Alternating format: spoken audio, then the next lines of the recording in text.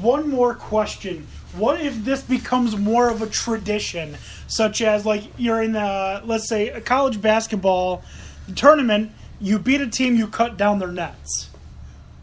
Is that any different than planting the flag at the 50-yard line? Yes, because you're not going to the center of the court and dancing on their logo. You're not doing that. You're not dancing on the school's logo. You're not disrespecting the school. You're celebrating your win by taking the nets down. The nets are there to be taken down. You're not prancing on the logo of the school. So if that logo wasn't there, it was just a 50-yard line, no O. Is that different? Yes, that would be. It's the same star argument, because if T.O. had done that and planted that right at the 10, nobody would have cared. He did it at the middle of the star, and that's what offended someone. It offended Darren Woodson, who came and jacked him up. Yes, because that's the offensive part. You're going after what the school stands for, and fine. But again, my Baker Mayfield argument doesn't just rest in his unsportsmanlike. It rests in the fact that he's a little girl, and then he wants to turn around and act like he's a big man. Also, don't forget, we Not a Clue podcast and we had a little discussion about Baker Mayfield and his run-in with the law last year, where the cop just absolutely jacked him up. Yeah, well, I'm not surprised. Public intoxication. They said that he's 6'2". There's no way that kid's 6'2". If he's 6'2", that's an extremely generous brochure number. If he's 6'2", I'm 185 pounds. Yeah, get real. 6'2", please. You can't even see over your offensive lineman and you want me to think you're 6'2". Yeah, okay. So, leaving the whole Baker Mayfield thing out of it, what are your thoughts on Ohio State so far as a whole, and where do you think they're going to be at the end of the season? Do you see them just continuing to go down at the hands of the good teams? Or do you think that this will be a wake-up call and they'll play Penn State tough, they'll play Michigan tough? What do you think? The saving grace. First off, this isn't a new Ohio State thing. This is atypical as being a fan. There's always a slow start, and that happens to have happened in the most recent years more often because of the fact that there's such a rotation of players that go into the draft every year. It's something that big teams deal with. Alabama's dealing with it. Penn State's going to have to deal with it next year. They're going to have to unload, and Michigan just went through it. That being said, Ohio State typically starts off sluggish. It may not have been the greatest move to schedule someone this powerful this early when you had a test against Indiana, but you don't know these things ahead of time. That being said, it was a slow start and it's not overwhelmingly surprising to me. It seemed like they gave up in the game. It seemed like the game towards the end they weren't trying. They were forcing plays that clearly weren't working in the beginning, so why force them later? You'd never established the run. You had the defense out too many times. There were too many issues with this game. The least of which that irritated the living hell out of me was the inconsistency of ref calls. Because Oklahoma got everything, and the exact same calls that were going against Ohio State were not being called on Oklahoma. Maybe that was Big 12 referees. I don't know. I don't care because that's not an excuse for the total loss. That's what happens when you are the number 2 team in the country. That it does. It sucks, but it does. It shouldn't when it's number 2 against number 5. If you're dealing with a number 2 against Indiana, understandable. Or anyone that's not ranked in the top 25, fine. But if you have 2 top 10 teams, this better be officiated like it's a playoff game. It should. And I don't think anyone... 7th grade, we were playing, I don't remember who, I think it was South Glens Falls in football. And this player grabbed me by my face mask, and it was right in front of the ref or something like that. And I screamed at the ref, "Why didn't you call that?" And he said, "Because we were winning by so much. We were beating them by like 50 points." Yeah, that's a different concept. But then I told him to go F himself, and you bet he threw that 15-yard flag. Well, of course. Well, you crossed the line at that point. He gave you a reason why you didn't throw the flag. He wanted to leave. That's what he wanted to do. And you just made it worse for him because now it's a reminder that he's still here and he threw the flag on you. Yeah. So. That being said, for Ohio State's season, I'm not overwhelmingly worried, and clearly Vegas isn't either, because they went from 3-1 odds to win the college football national championship to 6-1 in most gambling facilities or 8-1 in others. So Vegas isn't counting them out either. The other thing that's going to happen is this team is going to gel. It's going to be more consistent. Things are going to get figured out. The young players are going to be evaluated, especially after a loss like this, on who should and should not be in. Maybe there are younger people who deserve spots over guys that have been there longer, even though they deserve their final shot. Well, you got your shot and you might have blown it. So yeah. I'm not too worried about it. The saving grace that Ohio State does have is there's a very large stretch of games where they can figure a lot of things out before they have to play their next biggest test, which will be Penn State and will be Michigan. And if they want a chance in this playoff, they're going to have to beat both. I would be more worried, and this isn't just me being a Penn State fan, I would be more worried about the Penn State game than I am about the Michigan game. Well, of course, but the Michigan game is always going to matter. It's never Right. not going to matter to Ohio State, because Ohio State can lose every game as long as they beat Michigan, because it really doesn't matter. That's the way that this rivalry goes. That being said, obviously Penn State's the one to worry about. Penn State is a true playoff contender. They have the quarterback, they have the receivers, tight end, and a running game. Michigan, they don't know who their quarterback is. Their quarterback got benched against a Florida team that was missing 10 players. He wasn't good last year. He's not good this year, and his backup isn't And good. that's probably what's going to keep Michigan from really being a contender in this sense. But that being said, if Michigan can hold and beat the teams that they need to beat and still be ranked, it will go to Ohio State's credibility. But again, right now, the focus needs to be on using all of these next games to figure out and smooth out everything until the Penn State game.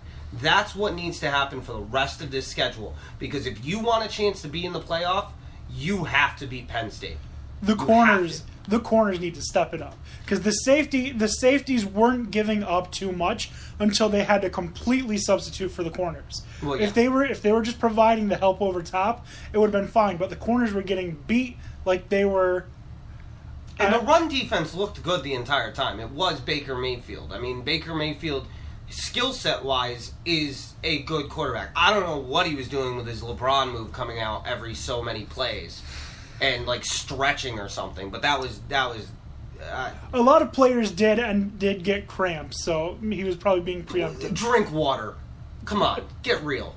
You're an athlete. This isn't new to you. What did you think you were doing this Saturday? Hot dog eating contest. Yeah, come on, guy. I don't want to hear cramps. Cramps. What, are you bloated? I don't want to hear it. Notice when he started getting the lead, he didn't get cramps. It was when the game was close he started having cramps. You know who probably was most pissed? The backup for Oklahoma. I can imagine every time that Baker Mayfield started trotting off, he was like, this f***ing guy. Yeah. Dude, I'm just going to ride the bench to an education. What are you doing? Yeah, come on, What are you doing? I don't want to just go in here cold every time. It's not even like you give me a warning. Like you're giving him like 3 more plays and then I'm coming out to stretch. You just hobble off and be like, come on in. Oh, okay.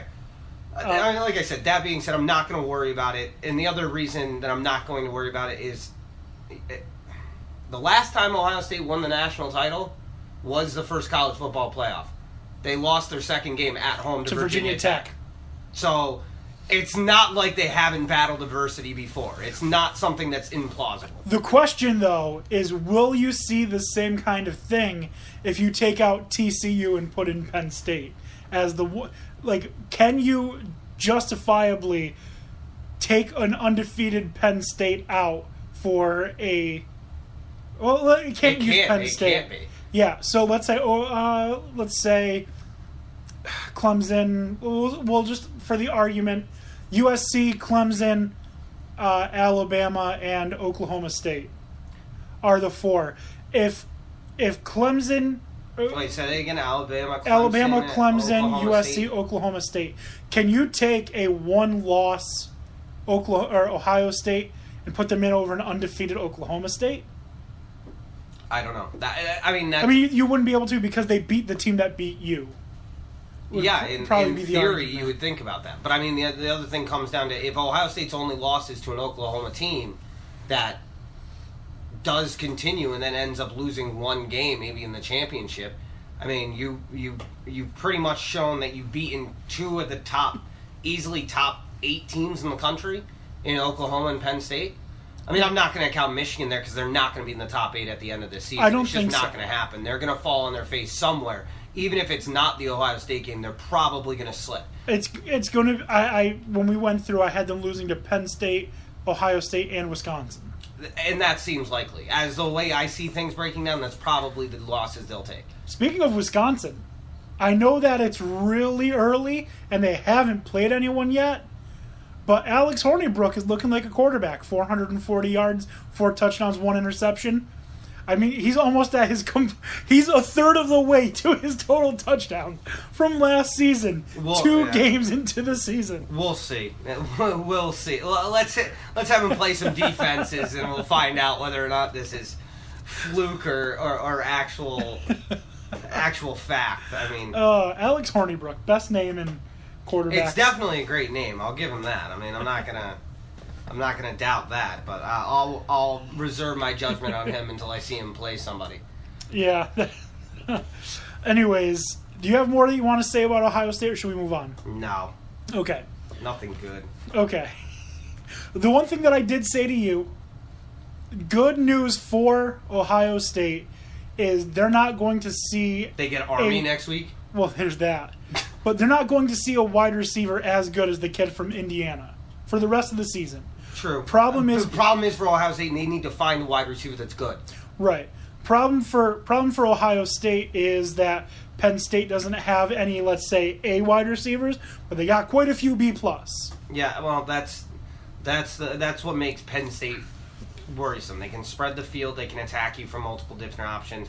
The defense needs to be shored up. I really don't care top to bottom. I don't care if he's a freshman or a fifth-year senior. The job for cornerback should be up to everybody now. I don't care where they thought the depth chart was.